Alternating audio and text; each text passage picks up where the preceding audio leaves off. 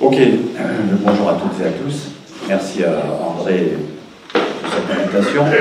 Merci à Cécile de présider à ce débat. D'abord, je suis très heureux de siéger derrière le drapeau tricolore, sans qu'il soit entaché d'un autre drapeau. Je me suis fait la même réflexion.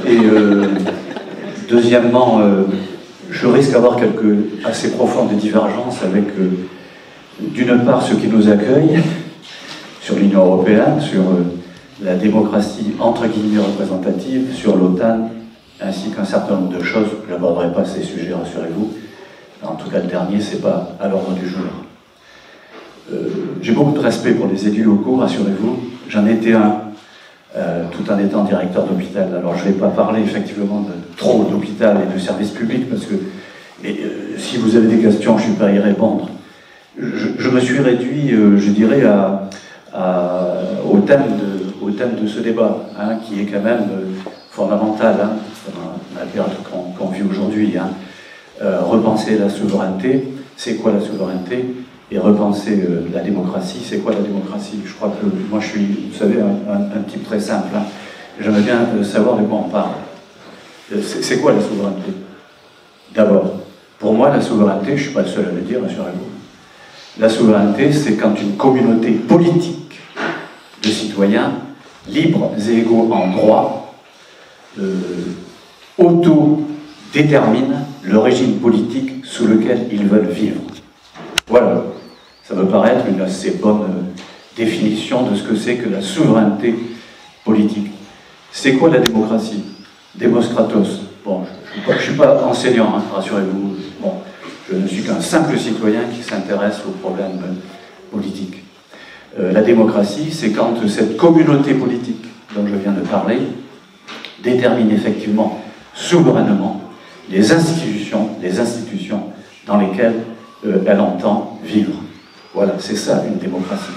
À partir du moment où il n'y a pas de souveraineté, il n'y a pas de démocratie. Et c'est là que mes petites divergences vont naturellement se manifester.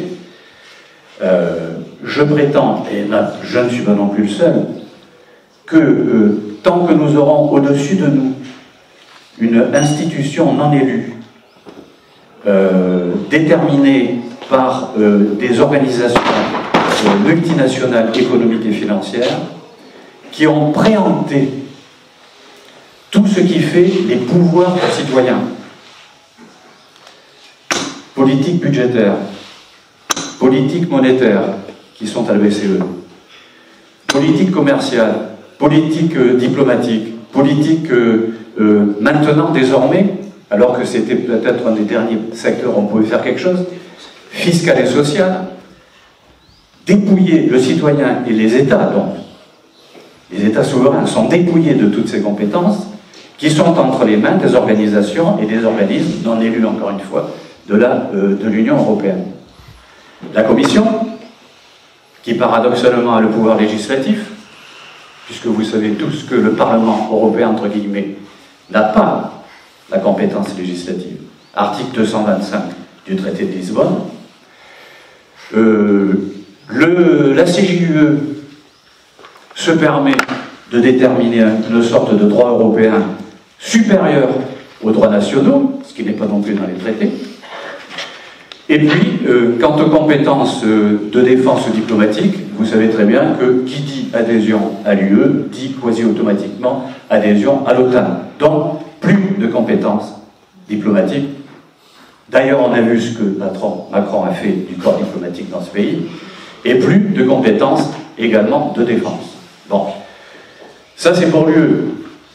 Et donc, moi je prétends, si vous voulez, qu'à partir du moment où vous avez une telle organisation qui a préempté tous les choix qui relèvent des compétences d'un État national et de son peuple, eh bien, nous ne pouvons pas prétendre être dans une démocratie. Premier point. Deuxième point, le système. Moi, je ne dis pas démocratie. Le système représentatif. Bon. Alors là aussi, si on veut faire un peu d'histoire, rassurez-vous, j'en ferai pas trop. Il nous faut remonter jusqu'à Sieyès, lequel considérait que le citoyen était, je cite, des instruments bipèdes. D'accord?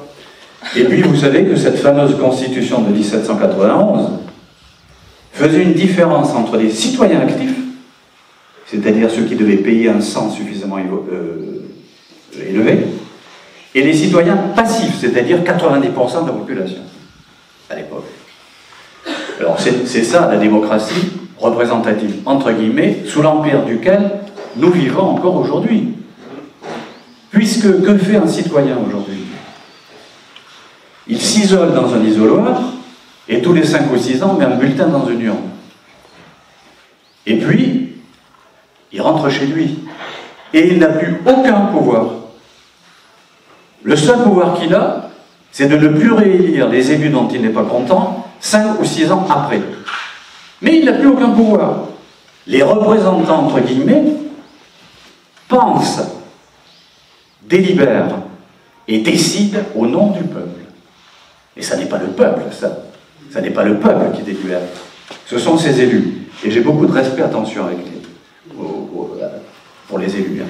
Je l'ai été moi-même, donc je ne vais pas cracher dans la soupe. Simplement, je dis que un élu, quelque part, doit rendre des comptes, et pour qu'il puisse rendre des comptes, il faut qu'il ait un mandat. Et le mandat représentatif est devenu totalement insuffisant. D'ailleurs, vous savez que la Constitution du 4 octobre 58 décrète dans son article 27 que tout mandat impératif est interdit. Alors je ne suis pas pour un mandat impératif total, hein. Je suis pour que le peuple ait la possibilité de contrôler ses élus. Voilà, entre 2 élections. Voilà, alors il y a plusieurs possibilités, le débat est ouvert, des comptes rendus d'élus dans leur circonscription, voilà, ça peut être d'ailleurs institutionnalisé, tout ça, hein, ça se fait dans notre pays, et ça s'est fait dans l'histoire, pourquoi on ne le ferait pas aujourd'hui, hein? Je vous rappelle tout simplement ce qui se passait il y a 2500 ans à Athènes. Alors, on ne va pas y revenir, rassurez-vous. Bon, où les citoyens, sur la PNIX, et non pas dans une assemblée réduite, sur la PNIX où il y avait 6 à 8 000 citoyens, allez visiter la PNIX à Athènes, je vous le conseille, hein, parce que vous verrez le lieu sur lequel les citoyens athéniens se réunissaient, délibéraient, s'interpellaient et décidaient. Bon. Et alors on va me dire, oui mais il y avait la Boulée qui organisait les débats, bien sûr, heureusement, elle était là. Mais c'est pas elle qui décidait. Ceux qui décidaient, c'était les citoyens athéniens. Et figurez-vous qu'on parle beaucoup d'Athènes, mais il y avait comme ça 20%, 15 à 20% des cités de la Grèce de l'époque, il y avait 1000 cités, donc faites vos comptes, qui fonctionnaient selon la démocratie directe. Alors, pourquoi vient-on nous dire aujourd'hui que c'est un système totalement idéaliste, etc., irréalisable, et que c'est un système qui ne s'appliquerait que pour les cités-États ou que pour les cantons suisses de haute montagne, comme disait notre ami Duverger, dont on connaît les origines politiques. Voilà, ça c'est, si vous voulez, la démocratie entre guillemets représentative. Alors, ok, démocratie participative, très bien. Si c'est pour demander aux citoyens dans des réunions de quartier de quelle largeur doivent être les trottoirs, ou bien des questions de ce type, tout ça pour que les élus puissent se relégitimer. Parce qu'ainsi ils peuvent dire, ah mais voyez, moi j'ai consulté mes ouailles, hein. Vous ne pouvez pas dire que je ne suis pas démocrate. C'est pas ça la démocratie. C'est pas du tout ça la démocratie. La démocratie, elle est d'abord délibérative. C'est-à-dire ce sont les citoyens eux-mêmes, et les citoyennes, bien entendu, qui se réunissent dans des assemblées. Alors on va me dire, ah oui, mais tu ne peux pas réunir 68 millions de Français, bon, on enlève les jeunes, etc., ça réduit quand même un petit peu, de façon permanente. Attendez. Qu'est-ce qui se passait entre 1791 et 1799 dans ce pays, en France? Il y avait des assemblées primaires. Et vous savez où elles siégeaient, les assemblées primaires? Elles siégeaient dans les cantons. Et à l'époque, il y avait 4600 cantons. Et contrairement à ce qu'on dit, ces assemblées était mixte. Ça, vous ne le verrez pas dans les manuels d'histoire. Et elle ne délibérait pas, en tout cas entre 92, année de la création de la République, comme vous le savez, 21 septembre, 22 septembre 1792, après la Révolution du 10 août, et jusqu'au 9 Thermidor. Eh bien, ces assemblées primaires délibéraient, elles ne se contentaient pas d'élire des gens qui allaient élire des députés, pas du tout. Elles délibéraient sur des sujets très précis.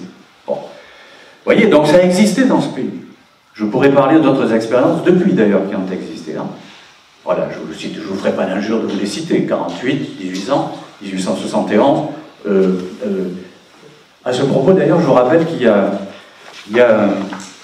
des états généraux qu'on oublie trop souvent. Vous savez, il y a eu des états généraux en 1945 dans ce pays. Je vous invite d'ailleurs à vous tenir informé, si vous ne le savez pas. Il y a eu des états généraux en 1945, et il y a eu effectivement plusieurs centaines de milliers de citoyens qui ont délibéré sur ce que devaient être les institutions à la Libération. Ouais. Bon, vous voyez, donc on a une certaine expérience dans ce pays. Il y en a aussi à l'étranger, il ne faut pas se tromper. Mais il y en a dans ce pays. Donc, ce que je dis, pour ne pas être trop long, c'est que sur la démocratie, j'ai fait mon... Sur la démocratie délibérative, je dis qu'il y a un certain nombre d'institutions, d'instruments juridiques qu'il faut maintenant mettre en pratique. C'est le référendum d'initiative citoyenne, ou référendum d'initiative populaire, comme vous voulez, mais il faut que ce référendum il soit cadre, comme le proposaient les Gilets, c'est-à-dire qu'il soit abrogatoire, législatif, révocatoire, constituant. Voilà. Deuxièmement, il faut que la représentation nationale, elle soit sous la pression d'un mandat. C'est très simple à effectuer, ça, vous savez. Il suffit de dire que le programme sur lequel la coalition de partis a été élue devient un contrat de législature. C'est-à-dire que ce contrat de législature ne puisse pas être violé, comme il l'a été, naturellement en 2005, ça a déjà été dit, et comme il l'a été aussi après 2012. Et puis on pourrait multiplier les exemples. Mais à partir du moment où ce contrat de législature devient une sorte de mandat impératif du peuple sur l'Assemblée nationale, on est dans un autre système de fonctionnement politique. Voilà. Et le dernier point, je laisse le reste de la discussion. Je suis prêt à discuter avec vous naturellement de l'hôpital, si vous le souhaitez, il n'y a aucun problème. Hein. Vous savez, j'ai fait 7 ou 8 hôpitaux dans ma vie, dans toutes les régions de France, on peut en parler. J'ai des propositions à faire sur la démocratisation de l'hôpital aussi, si vous le souhaitez. Hein. Bon, et je ne suis pas le seul, rassurez-vous. Bon. Alors, et dernier point, si on parle de démocratie, ne nous limitons pas à la démocratie politique. Il faut parler aussi de la démocratie économique et sociale. Alors, on nous parle beaucoup de l'entreprise. Je vous signale d'ailleurs que le code, je ne pense pas que je vais être démenti là-dessus. L'entreprise, juridiquement, n'existe pas. Ce qui existe, c'est la société. Alors, je ne me rappelle plus exactement des titres, des numéros des articles 1361, des choses comme ça, si vous voulez, où, effectivement, l'entreprise n'existe pas, il n'y a que la société de capitaux qui existe. C'est le droit civil. Bon. Droit civil et comment tout à fait. C'est le droit civil. Voilà, et droit commercial. Et donc, comme si on oubliait qu'il y a d'autres formes possibles de réglementation de la propriété. Ces autres formes possibles, elles existent. C'est tout simplement la société coopérative ouvrière, désormais société coopérative et le deuxième terme échappe, il va me revenir, et vous avez aussi les SIC et vous avez aussi les CAE. Donc la forme juridique existe. Il suffit que nos organisations syndicales, nos organisations et mouvements politiques s'en emparent. Et je ne peux pas ne pas me poser la question de savoir pourquoi, précisément, ces organisations politiques et syndicales ne s'en emparent pas.